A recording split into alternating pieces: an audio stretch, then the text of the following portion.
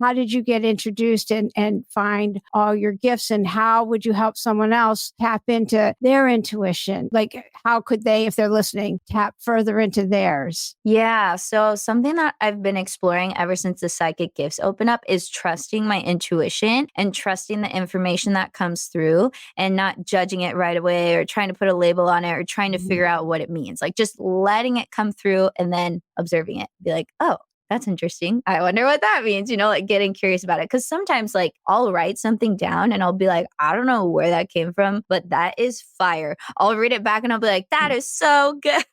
That is what the people need. That is what I needed, and it just comes through and you're just like, whoa, where did it come from? And like when I ask, where does it come from? Sometimes it's God, sometimes it's the universe, sometimes it's like my spirit team or my higher self. But I mean, at the end of the day, it's all really like different fractals of the same thing. But I would say you have to like give yourself permission to receive information, first of all, to receive the insights, no matter if you like them or if you don't like them, because sometimes you're not going to like what you receive, right? You're going to be like, oh, yeah, that's true. I'm doing that, or that's going on, or yes, I need to change this or whatever. But letting yourself receive it, letting yourself not judge it, and then just practicing. So, I mean, even I'm still practicing with clients, with friends, with family. I'll be like, hey, can I do this reading on you? Hey, let's do this new technique that I learned, So I feel like I'm just always learning, practicing, and like using the gift. It's like a language, right? It's like if you don't use it, you lose it. So I'm just trying to use it as much as I can. Yeah, I love that. It's so true. I feel like every time I jump out of the shower, I'm like writing down what came. Yeah, that's a because good time to receive yeah, information. it is. Because that's the whole thing about put down take a walk without a device. and walk the opposite direction that you usually do. If you go around the block, go the other way and doing things in the opposite direction just so it isn't by rote. And yeah, it's also the getting outside part, but it's so true because that's where the downloads happen. It might not be Yeah, and walking I'm a for big you, but yeah, oh, go ahead. sorry, No, what were you no, gonna say? no, you're a big what? No, I want to hear. Oh, I was going to say I'm a big journaler. So I like to do a lot of my intuitive work in the journal so I don't lose Yeah. it. So like I'll pose a question to my spirit team, let's say if I'm struggling with something, and then I will just journal the answer so I have it in writing so I don't forget. Because Yeah. sometimes if you're just doing it all in your head, it comes really fast and you're like, oh, I forgot already. Or if you like voice record yourself too, like if you're on a walk or something, that's helpful. What's the hardest challenge you've ever gone through and how did you get through it? I would definitely say the hardest challenge was the heartbreak of not becoming a professional dancer because that's what I had banked on for like my whole entire life from age 2 to age 17. So almost like, 15 years of, okay, this is my timeline. This is my life. This is what I'm doing. I'm really focused. I'm really aligned. And then feeling like my body betrayed me by becoming injured and feeling like, God, like, what the heck? I thought you created me for this, but now you're taking it away and I don't understand. And that identity crisis that I went through during the depression and all of that was really tough because I had really wrapped myself around the identity of like being this artist, being this dancer, being this ballerina. And that's all I am. Right. Which is not true. But at the time, that's what I felt and believed. And so I think mourning the loss of that timeline and then just realizing that everything that I was trying to get through dance and performing, like feeling graceful, feeling beautiful, channeling God's energy, feeling strong, feeling like my presence is like giving a positive effect to other people, like all of those things I can still access in other ways. And finding other ways, creative ways to access them has really been, I think, the most healing part. And then just not tying myself to such a limited identity anymore and just being me. Like I'm me and I do a lot of different things, but I'm not any of those things. And just really letting myself be bigger than like what I'm doing or what I love.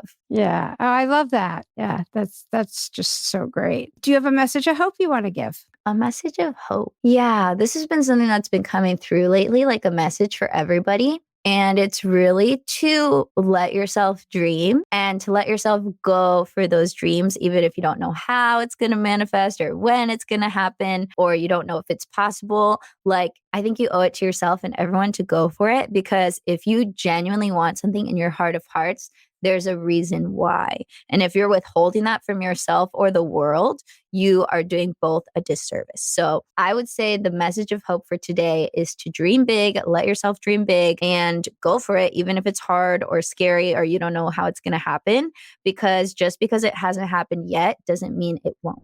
They have a potential for power or like to do things on their own or like to be in charge. And so, and that was Michael with his career. I mean, a little bit that I do know about him and the family. And then as he aged, what did he do? He started making his nose smaller and smaller. And what started happening to him, right?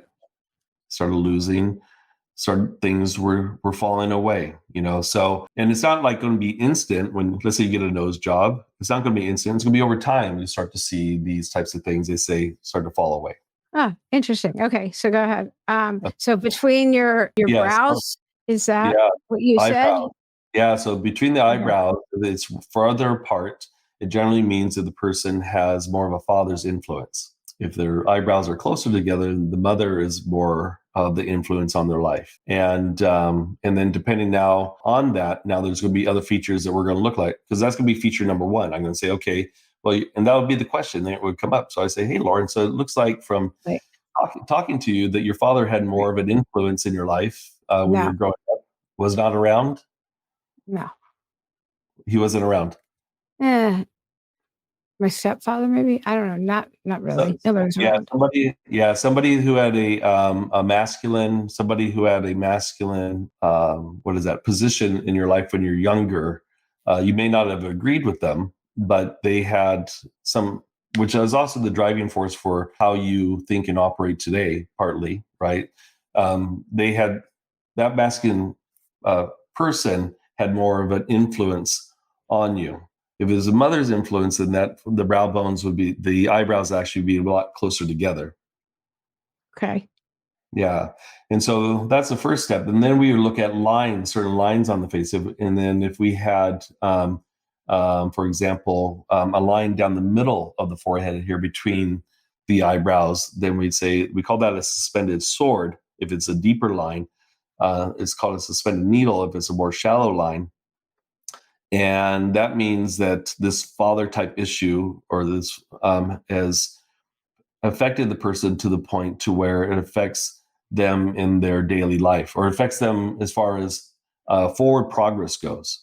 Because we have a saying that sword will eventually fall and cut off half the liver, and stab the person in the foot. And so that suspended sword has to deal with that anger from that person, from that masculine person that is projecting that onto the child. What about the two lines? Because they don't show up from the touch up my appearance thing on this. What about the two lines on either end of the brow? Yeah, so those two lines are anger lines. They look like I don't like them because I always think they're like they look angry. Yeah, so depending on which line is bigger. So if the line is bigger on the left side, that means that you store anger more than what you show it. And then if it's longer on the right side, then it means that, well, you show it quite a bit. Most people that I see in clinic, what happens is that they store it. Now they may blow up behind closed doors or something like that, but they'll shove it down in public for most people that I've seen. Okay, so when you're reading them on TikTok and all that, what else? So do you look at celebrities or I guess they probably covered up. What about Botox though? Yeah, but even with Botox doesn't last, because if you haven't changed, they actually have a saying, if you haven't changed the emotional expression which caused that line to begin with, then the line's going to come back. Yeah. And so on TikTok, what's been happening is that people have been sending me their pictures to read their faces, which I think is really brave, because as Dave Chappelle says, I like one of the things he says, he goes, I don't punch down on people. Right. And I have people that want me to read politicians and stuff like that. And I won't punch down on people. I'm going to read certain things, and have fun with it. But I think it's brave and it's only women so far, which I find fascinating, that is only sending the photographs. And I think what it is because the male fragile ego, they don't want to be read, In fact, I had one guy, I'd read one woman's face from the Midwest somewhere, and he asked me a question, and I thought, I thought it was a sincere question. He asked me, he says, so you could tell by the length of the nose how the person invests money? And I thought it was a real serious question. And so when I finally got around to responding to him on TikTok, I said, yeah, we could tell by the length and the width of the nose how well somebody invests money or how tight they are with their money or whatever. He immediately responded back and he says, you're crazy. So I responded back. I said, okay. I said, I said, I am. I said, so I'll tell you what, why don't you send me a picture of your face and let's just really see how crazy I am. No response. No, he didn't send it. No, you said it's No. only women so far, so I guess he didn't. Yeah. But I'll give you an example. Yes, I do read celebrities as well too. I saw Julia Roberts on, I think, was it Jimmy Fallon, talking about the most recent movie that she came out with. I think it was on Netflix or whatever. And I was like, oh my God, what happened to Julia Roberts? Because she was on Jimmy Fallon. And then I saw the movie and I was like, wow, she played in this movie. She played an angry person. But in fact, at one part of the movie, one of the actors, the young gal, she says, why are you so angry for? And it's one thing to be able to act it out. And some of the people that commented said, well, she's just playing her part. But you can't hide certain features on her face. And I compared her from Pretty Woman to this, I'm forgetting the name of the movie right now. And yes, she has aged, but also you see the features that show that somewhere along the way, she's been treated badly between Pretty Woman, the filming of that, and this filming. And this is why the anger and stuff. And I haven't done any research on her to see what she's been through in her life. I was always a big fan of Julia Roberts. And so I did a comparison between the two. And I would also wonder if there's some level of depression as well going on. And you can see this on her face. And like I said, before seeing the movie, what first caught my attention was seeing a small clip of her on Jimmy Fallon. And that's what made me intrigued to see, wow, okay, there's been a definite change. So I wonder, when you were talking before about the liver and the lungs and the different, is there anything women in perimenopause or menopause, or the things, because instead of all the hormone replacement, and it's like, oh, if you're in perimenopause, take this, that you see? Because I hear a lot of questions about that. That's a great question. And so one of the side effects when, say, someone's perimenopausal is they'll talk about the hot flashes or the night sweats, right? Right. Okay, so in Chinese medicine, our kidneys are responsible for how long our life it will be. So then we shot a second Israel. That one was better, but it still, when we showed it to some of our clients, agents, it still wasn't something that really sparked any interest. And then in 2022, we shot a 15-minute short documentary that turned out really well. And then unfortunately, my whole team went crazy and I had to pull the project before going to the film festivals. We were this close. They tried to take the freaking film, our names off the film. And we've been financing, my wife and I have been financing all of these projects ourselves. Nobody's given us money for anything so far. So anyways, I'm grateful that happened. And then they tried to extort me for my film. That was the other part. But anyways, that'll be a film in itself. Anyway, so fast forward, I was interviewing different directors to try to, make some tweaks, because that 15-minute short turned out really well, but they needed some, tweaks and stuff like that. And then finally, my old fight coach, Kung Lee, who was the reason why I met Eric the Trainer 13 years ago and ended up down here. So Kung, I was on a Zoom call with him, and Kung got into movies. In fact, Channing Tatum used to come and train with us, kickboxing, MMA at Kung's gym. We used to joke that Channing had a man crush on Coach Kung. Anyway, so Kung says, I know so many people. I think my stepson's my age, so I'm not really sure how that happened. But that was definitely one of those really challenging times. But also in 35 years of having a business, there's definitely been ups and downs, book contracts that didn't happen, when business slows down, just really trying to stay positive through those things. my main theory is that we are being guided, and these things happen for us, not to us, that there's something we may need to learn on a soul level. So I try to maintain that attitude. Yeah. No, your story is fabulous. That phone call, I mean, isn't that amazing? I still can't believe that happened. I still can't believe it. Those are the I had best stories. Yeah. I had another one that happened to me when I was in my 20s before I started this business. I had a job that I had taken, and the company ended up falling through. It went bankrupt. They ended up not paying me. I was virtually homeless. I was sleeping on a couch in a friend's apartment, and my car was falling apart. It was like all sorts of things going on that were just awful. And again, 2:00 in the morning, I'm like crying. Oh my God, I'm thinking of all the worst case scenarios. And it was one of the first times I really felt like I got a message from my spirit guides. And all I can think to describe it is I felt all of a sudden through the tears that I got a really warm embrace and just felt like I was just being guided by love. And I heard this voice, and it really felt like a voice, very different than just your normal inner chatter. And the voice said, "There's abundance all around you. Ask for what you need." And I realized that I had been so focused on what I didn't want, that I was afraid of, that I hadn't really focused on what I wanted. Do you have a message of hope you want to give?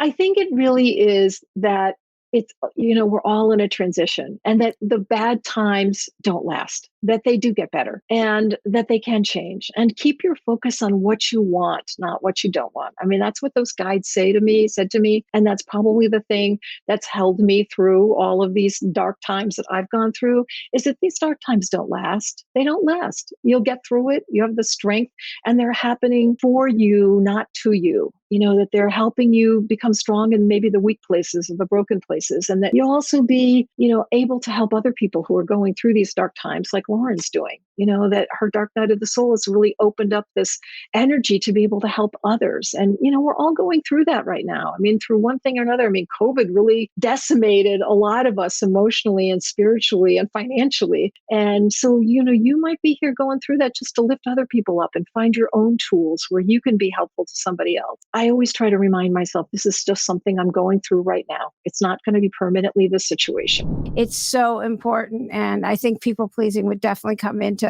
all of that. Okay, sexuality. We can't just gloss over that, because the shaming of girls or the conforming and everything else, repressing, there's just so many different things.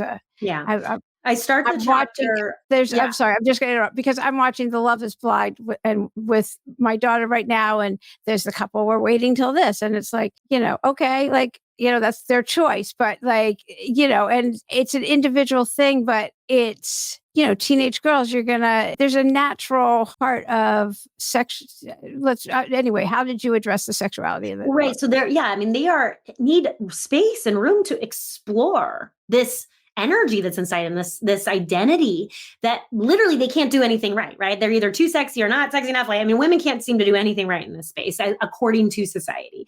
And what girls know and what they tell me over and over, it's just like they get blamed for anything that they do. And apparently all the responsibilities on their shoulders, right? Like we talk about dress codes, apparently what teaches a girl is that they are responsible for a boy's inclinations, that's on their shoulders to manage for a boy, when of course it should be a boy's responsibility.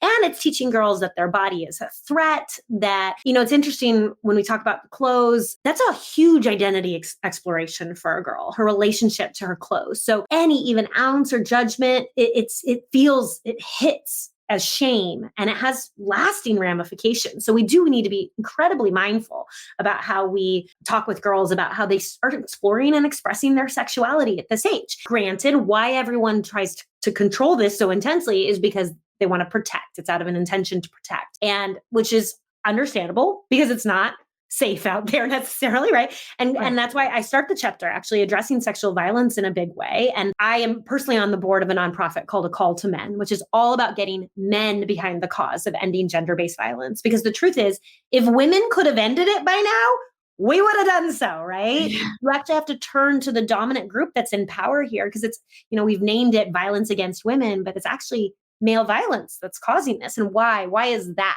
Those are the questions where I want to shift the conversation. It's like, how could we raise our boys better?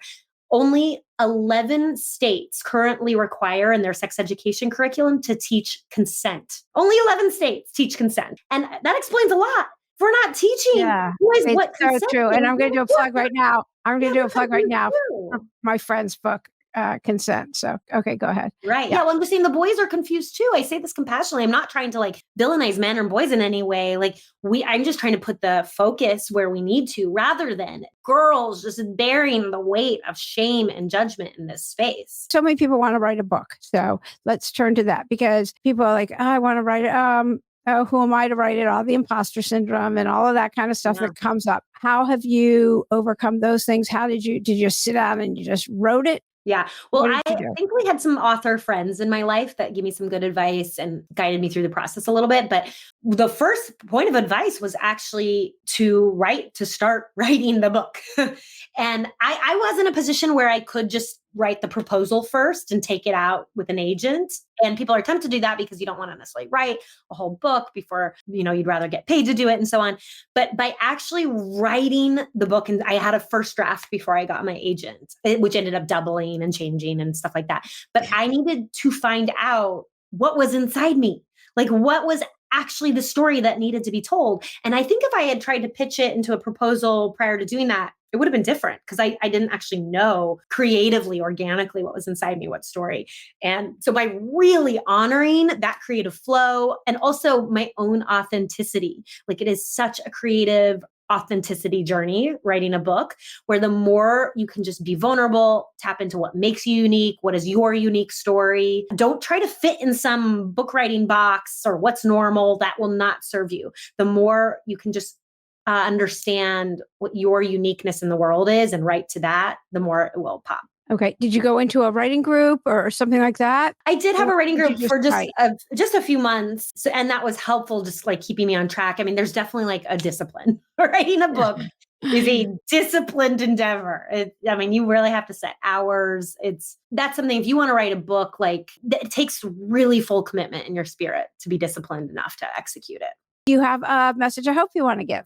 I'm going to just give something that just came into my brain, which is let yourself be weird and embrace that, because that's actually, I feel like people often think of weird as a bad thing. And I have just seen it as this portal into your authenticity so often. And the more you can just like shed the shoulds of what you should look like, should do, should say, and just be like, wait, no, that's my weird thing I do. And that's who I am, like, and own it, the more you'll step into your power and voice. Yeah. And the universe will rise up to meet you for everything you want to do and be when you are that. And nobody's paying that much attention, by the way. For me, one of the darkest moments, and I don't know why, I think it's the definition of how society defines a man that stuck with me of, I had this moment of, I couldn't protect my family if I wanted to. And I lived in a nice community where I didn't have to protect my family, but as a man that came to me, and it was so heartbreaking to think if anything ever did happen, at the time I could barely lift up one of my boys, which were 20 pounds at the time, without excruciating pain. That's a whole, we'll get to that in a few minutes with your conscious creator, your whole community with men and old ideas and all of that stuff that are just piled on us. So what did you do? I mean, you went to Germany, or like you're flying around, they discover what's wrong with so and I you're didn't an end athlete, up physically, right? Yeah. This is on the tail end of an athletic career where, my physical body has been such a big part of what I do and who I am. And of course, how I define myself from a place of my ego, mainly at that time. But the doctors they could not figure it out. They could not stop anything. So ultimately, I had to make a decision, and I had to say, am I going to live in this dark place? Am I going to continue to get frustrated? Am I going to just cry? Am I going to just sit in this, or am I going to figure it out and dig deep? And, within me, I've just always had the power to pull out of things and look for the light. And so at that time, I had spoken with a friend, and they said, I know a shaman that I've heard that Kambo medicine is good for Lyme's disease. And okay, so you had been diagnosed at that point. Yes. You knew. Okay. So yeah. And for me, so many people look at things and they think, oh, that must have been scary. For me, it was, wow, what a weight off of me. Yeah. To when I got that diagnosis, I have an answer. I have something to target, to go after. Okay, how do we do this now? Now you can get to the solution. if they're, and I got into the whatever. research hole, and I just went to town on everything. And listen, I'll be vulnerable in here. Everything under the sun, including coffee enemas, to myself daily. That was a humbling experience for the couple first times. And then it was trying not to poop myself for 15 minutes after I did it every day. And that's the honest truth. And so I did everything I could find. And, these little pieces started to get better. But I'll tell you, my unlock was really when I spent a few days down in Vancouver with a shaman. And I did some work. So what did the shaman do? Because I saw a shaman in Bali who I've took my husband to see after that. Amazing. He's just like, he looks like a shaman. So I'm always curious. No, she was incredible. So she mainly serves a medicine called kambo, which is the secretion from an Amazonian frog. And the frog is not harmed in the process. Don't worry. But when I did my research, I looked at this and I said, okay, it boosts your immune system. Cool, I'll go do this. And essentially I spent 3 days with her, and they burn into your skin, and then they take the secretion and they put it on it, and immediately it goes into your bloodstream and you purge. Okay. So you throw up, and it's meant to have more of a purge as well with whatever free radicals are in your body. And so for me, again, I was living in this space of, okay, it'll help my immune system. Let's go boost up. But ultimately on day 3, I had a spiritual unlock. And the only way I can explain it is I literally felt something in the lower left side of my stomach click and shift. And there's more to this story. There's a longer story there of, that morning I had a flock of birds like fly almost through me, and I saw a coyote, and there was my environment was sending me signals of, okay, we're aligned to really go in here. So, but I don't want to take people down too much of a path. Well, but were you told, wait. So, okay. Were you told look for signs, or later did you think back and go, oh, there were signs? Were you noticing and not realizing you were noticing?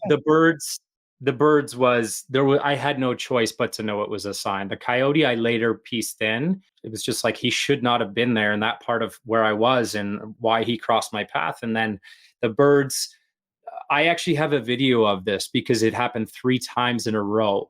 And anybody who I share this video with is like, wow, I felt that, because they literally come right. There's about 300 birds and come right through me. And so it was an alignment of the universe letting me know, like, you're ready for this. This is the day. We're going to move through this. And so I felt so charged up going into my final day. And you're talking after 2 days of, it's not the nicest process to go through, but it's healing.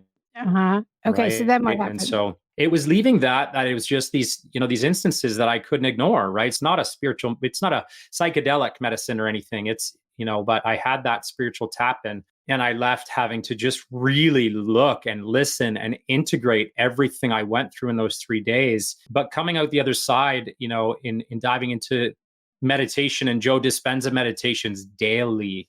And then breathwork was another piece of that. I had found breathwork in the previous year. Okay, so wait. So how did you know to look up Joe Dispenza or breathwork or anything like that? Did the shaman recommend it, or is it just you just had this intuitive thought? I'm going to go online and look up what the hell just happened. So you know what? I'll rewind about a year. Listen, I was in a quick minute here. I was a burnt out sales individual. Okay. I had, after the tail end of my athletic career, I came in and I was feeling really lost. And so I started to work with a friend of mine, and I got as fit as I've ever been in my life. And he shared breathwork with me for the first time, as well as, I'd heard Joe Dispenza. And then it was after this peak where I was in the best shape in my life, mentally, physically, everything, that the universe came and said, you didn't slow down enough, son.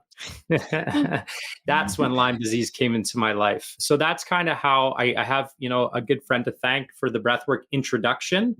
And then I, again, like anything, when I feel a high, or I feel a little, natural buzz, or I get a boost of energy from someone's ideas, I'm like, I gotta follow that, right? That's the flow calling me. So I did my own research. I read an amazing book called Feel to Heal by Gitin Tonkov, one of the grandfathers of holotropic breath work. And, I just continued picking up books. And then I started following that. Breathwork and meditation really became a staple and foundation pieces in my life, in my healing. I knew after that there was nobody else that could heal me but me. and everything was up to me now, not in a, a heavy way, but in a beautiful way of, okay, Mike, you got this. This is up to you. You are the unlock to everything, And so for me, again, the only message I had at the forefront of my mind was, this isn't just for me. Like, I have to bring this to every single human that I can and help them realize that they don't have to go through this crazy breakdown like I went through to realize how truly limitless we can be and how beautiful and amazing life can be and how connected we can be to our spouses, our kids, our environment, our food, like everything. So my world just started to open. And as I continued to listen to my intuition and follow the signs and hear, the universe aligned to support me more and more as we continued to go. Well, your vibe attracts your tribe. So how did you end up meeting like-minded people? Because you created this whole conscious community, conscious creators. Yeah, I mean, you nailed it, right? The vibe attracts the tribe. And so as I started to open up and become receptive to all of this, and I started to drop judgment on myself and other people and really say goodbye to my parts that were no longer serving. So a lot of inner work, a lot of hard work. Everybody beautifies the inner work, but it's hard, it's ugly, it's scary. It's the other side that's beautiful, but it still never ends. It's peaks and valleys, as we know. And so, listen, I love talking about this piece here because I remember about a year prior, I had said to my wife, I was in a bit of a lonely spot. I don't, wasn't playing sports anymore. I've been remote for 10, 12 years, not at the office. Right. And so I remember saying to her, like, babe, I don't even have anybody I can call to go for a beer with. I just don't feel like. Do you have a message of hope you want to give? Although I feel like you just gave one. Yeah, I mean, my message of hope, guys, is yeah, as I said, keep going, but like wherever you are is exactly where you are meant to be today, and whatever challenges in your life are in front of you, they are truly a gift to you. If you slow down and you look and you observe, and even though they may feel challenging, dark, and hard at the time, within everything life brings us are lessons, hands down, period. And it's always lighter on the other side. All we have to do is take another step and look at what's right in front of us. And that's truly where we're able to unlock greatness within ourselves, is as those steps become a little bigger and a little bigger, and we keep moving forward.